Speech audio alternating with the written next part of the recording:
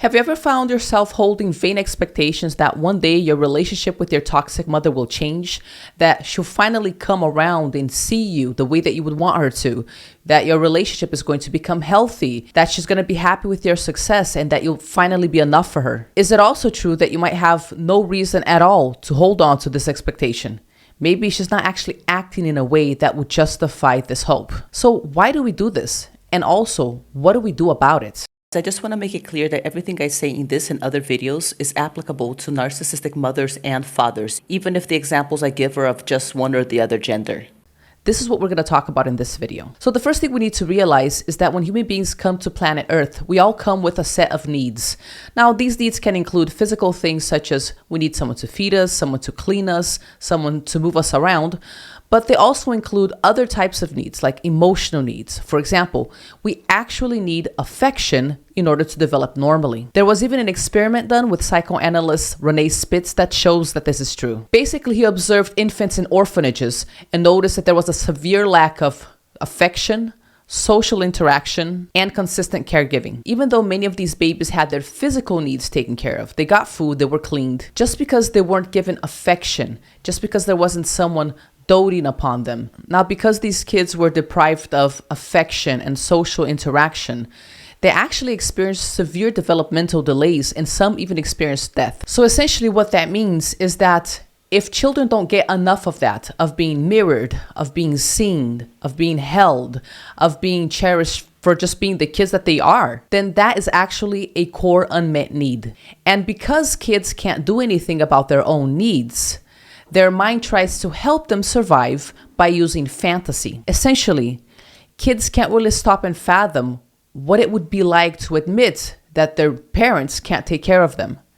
And if you have a narcissistic or toxic mother, then one way of dealing with that reality is literally just going off into la la land and fantasizing that things aren't that bad. Now, this is something that happens very early on because children will naturally idealize, dote on, love, cherish, and want to be seen by their parents. But it will carry out into the adult phase if we don't go through a certain grieving process where we actually grieve that the fantasy we've created to survive because we wanted to kind of pretend that our emotional needs were being met when they weren't, that fantasy is not only not true, but it also was never true, and it probably will never be true. Our mind is so merciful that it will allow us to idealize our parents in order to survive their severe deficiencies in caregiving. In other words, the reality of admitting that your mother maybe doesn't know how to respect you. Maybe she's got her own emotional, psychological deficiencies and never learned empathy.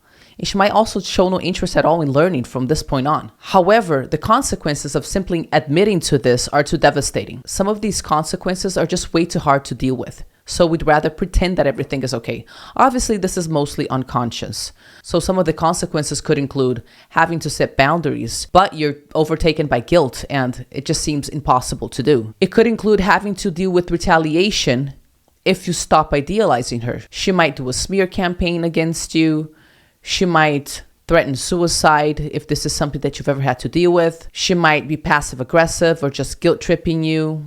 And in and of itself, just admitting that you don't have the perfect family that you wanted to have could be devastating. You might interpret it as meaning that you're just not good enough. You weren't able to fix your family. It could mean that you're going to have to feel worthless and compare yourself to other people and wonder why you weren't good enough to be loved. So essentially, there's a huge psychological impact of actually realizing the limitations that our relationship with our toxic parents could have. Hey guys, if you're getting any value from this video, then download your free PDF, Break the Chains, 10 Steps to Stop Your Narcissistic Parents' Control. You can find the link in the description box.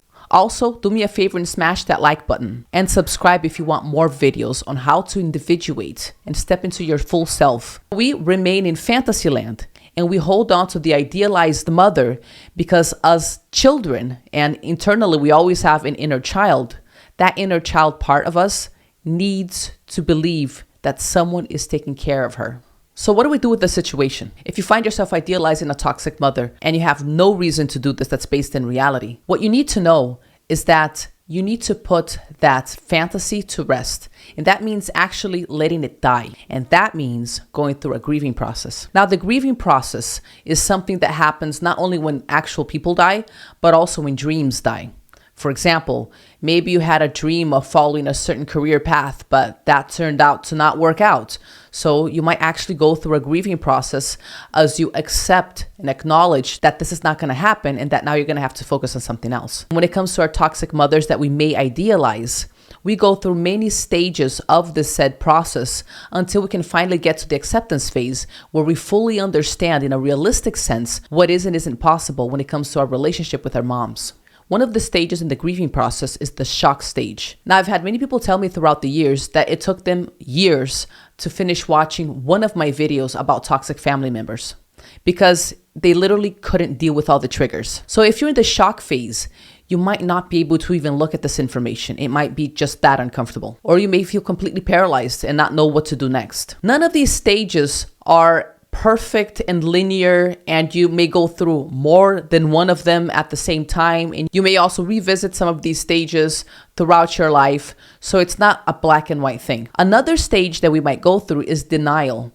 Now, denial could mean that maybe you found some information about narcissistic and toxic mothers, but you can't really admit that that's what you're dealing with, even if it is. You might think that you're just exaggerating, that it's not that bad, that you've always been too sensitive. Now, mind you, I don't know you, so I don't know if your mother is actually narcissistic, but let's assume that she is. You probably think you're exaggerating, or maybe she's just having a bad day or something. Next, we have the bargaining phase. In the bargaining phase, you acknowledge that you're dealing with a toxic dynamic, but you're trying to minimize it by testing different strategies out to make the relationship work either way. You might vainly imagine, it's bad, but maybe it'll get better. You might conveniently erase memories.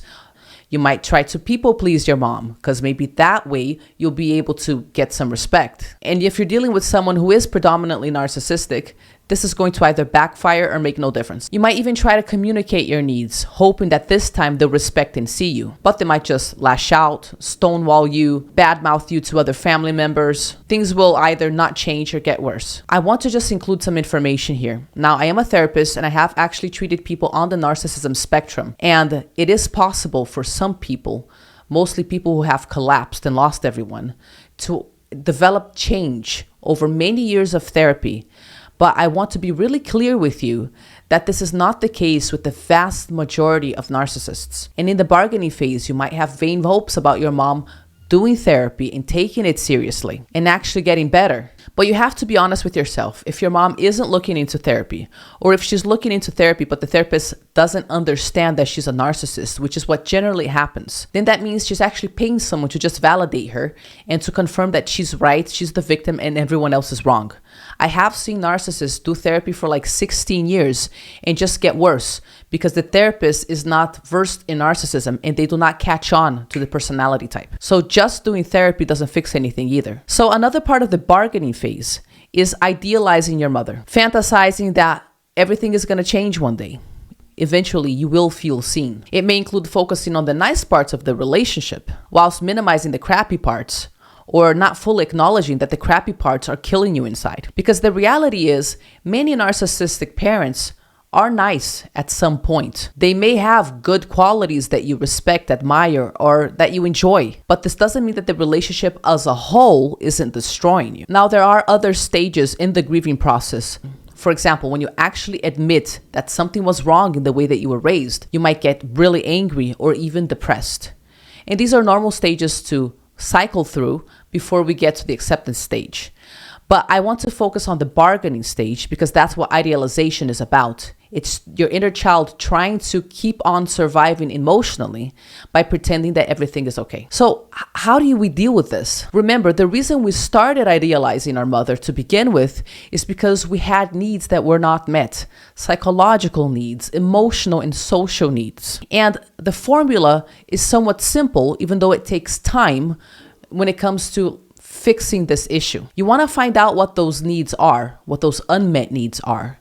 And then you want to find practical ways of meeting those needs in your life in the now. Because what happens is when we haven't received those needs as children, and we still have our inner child waiting to receive those needs and thinking that our mother is going to do something about them, and it's not happening, then those core unmet needs are still acting in our psyche, and they're still influencing our choice of relationships and our choices in general. So there may be many areas in your life that these core unmet needs are still influencing. As an adult, the way that we meet these unmet needs and therefore satisfy our inner child and therefore reduce her need to fantasize an idealized mother that doesn't actually exist is twofold. First, we have to reparent our inner child. So we have to become the mother to our little girl. So what the inner child concept means when it comes to therapy speak is that when you were a kid, your brain wasn't fully developed, and the way that you understood the world was through emotions and through sensations. Your prefrontal cortex is only going to develop later on in life. And the way that we experienced the world throughout those first few years actually left imprints in our psyche and in the functioning of our personality. And these imprints are emotional in nature. So the child part, there's the happy child part. It's the part of us that's creative, spontaneous, and playful. But we're talking about the wounded inner child part. So the wounded inner child part is the part of your mind that's still feeling all of those repetitive emotional reactions that were really painful back then when you were a kid. Things like shame, guilt, social isolation, emotional deprivation, fear are things that children experience in a repetitive fashion when they're in a toxic family system. And that gets ingrained into the way that our personality works. And that's the child part that's still waiting for somebody to come along in order to tell her, hey, you're not worthless. I love you and you're cherished just the way that you are. It's such a blessing for me to take care of you. Your inner child doesn't want to feel alone. She wants your idealized mother or somebody to notice that she's feeling alone and make her feel comfortable. She doesn't want to be scared of life. She wants an adult to come around and tell her it's going to be okay because the adult is going to fight for her and take care of her. All of these things are what you wanted your mother to give you or to do for you when you were a kid. And because these things weren't done, then the yearning and the pain are still there. The first step to stop idealizing a toxic mother so you can move into the other stages of grieving and eventually be free and act like an adult and positively impact all of your relationships in the rest of your life, is to accept the responsibility of reparenting your own inner child. You may believe that if you had a toxic mother, then there's nothing you can do about these core emotional wounds. And that's not true at all. That inner child part is waiting for someone to take care of its needs. And if you're no longer a child, then your first opportunity for someone to do that for you is over. But as an adult, you can definitely do that for yourself. And this includes both shadow work and also inner child work. This includes letting your inner child know that you're sorry that she's felt alone all this time, but that she's never going to be alone again because now you're here with her. And that means actually stepping up and taking care of her whenever you notice that one of those core unmet needs are being activated. For example, maybe your mother wasn't able to value your wins, but you can lovingly and compassionately stand by your side and give yourself as many chances as possible. You can remind your child self that nobody needs to be perfect to be worthy of love, that success is built on many failures, and that failure is just part of reality, and that making mistakes can also be fun. You can take a dance class where you're allowed to not be perfect and make mistakes, so your inner child part understands that she can do this now. She can be imperfect and that it's fine. Maybe your toxic mother didn't let you invest into your brilliance or beauty or your talents because she was afraid you would outshine her. But you can now invest in your ideas and in your self-care. You can glow up and have fun with your mind, with your body, with your projects, and with your beauty. So the first part of healing your child self, that is the part of you that needs to idealize your mother, means taking care of her using an emotional tone, making her feel comfortable, safe, letting her know that you're going to be here for the rest of her life and that you're never going to abandon her. The second part involves doing actual practical things in your life so as to change those situations that keep reactivating those core wounds. So this means asking yourself things like, are my boundaries respected in my relationships? Is there something practical that I need to do about this? Or if you're alone, it might mean reflecting on whether you're enjoying the solitude and that's what your inner child needs, or if you're just self-isolating because you're scared of something. It might be asking yourself if maybe you need deeper support, like being part of some sort of group or doing therapy. If you learn how to direct compassionate, forgiving energy towards those wounded parts of you, and if you learn how to do practical things in your external life to create ideal conditions so you eventually feel satisfied and nurtured enough to not have to idealize that one day your mom is going to do this for you. And when you do this, then you can go through the anger phase, where now you've taken off the blindfolds and you can fully acknowledge that something was seriously wrong in your upbringing. That there may have been situations where you were exposed to not only unnecessary pain, but maybe danger because your mom did not have the mental health to take care of a child. Or maybe you'll be able to acknowledge that some things were good, but the things that were bad were really bad. Acknowledge things like maybe your relationship with your siblings was sabotaged because you were pitted against each other, and that this fills you with sadness. Like maybe you were blamed for the behavior of an adult man who abused you when you were 8 years old. Maybe you'll be able to acknowledge that you felt invisible your whole life because you were treated as if you were invisible, and that you feel this is still deeply impacting your self-esteem and your relationships. And then we get to the depression stage. This is when you can fully acknowledge that you're never gonna go back in time and get a healthy mom, that you have to let go of the fantasy once and for all because you cannot go back in time. And you cannot rewrite your childhood. As you move through these stages, you'll also learn how to meet your own needs. And when you step into the acceptance phase, it's wonderful because all of the energy that was going into either fantasy or rage now is free to be channeled into the sort of life that you actually want to build for yourself. A life that comes from a place of feeling that it's possible to focus on yourself, instead of just reacting to the lack of love, the attention and validation you never got, or the pain that you were exposed to and that no one helped you deal with. When we stop reacting to our childhood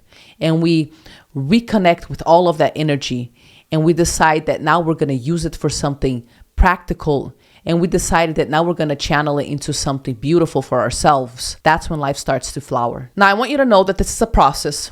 It can be painful as heck, but it's absolutely doable if you take it one step at a time. I've been helping people do this for the past 10 years, and it sometimes can feel like death. But when women like you get to the other side of this process, they are like rising phoenixes that are so much stronger, so much wiser, and have so much to contribute to the world. So let me ask you, what part of the grieving stage do you think you're at?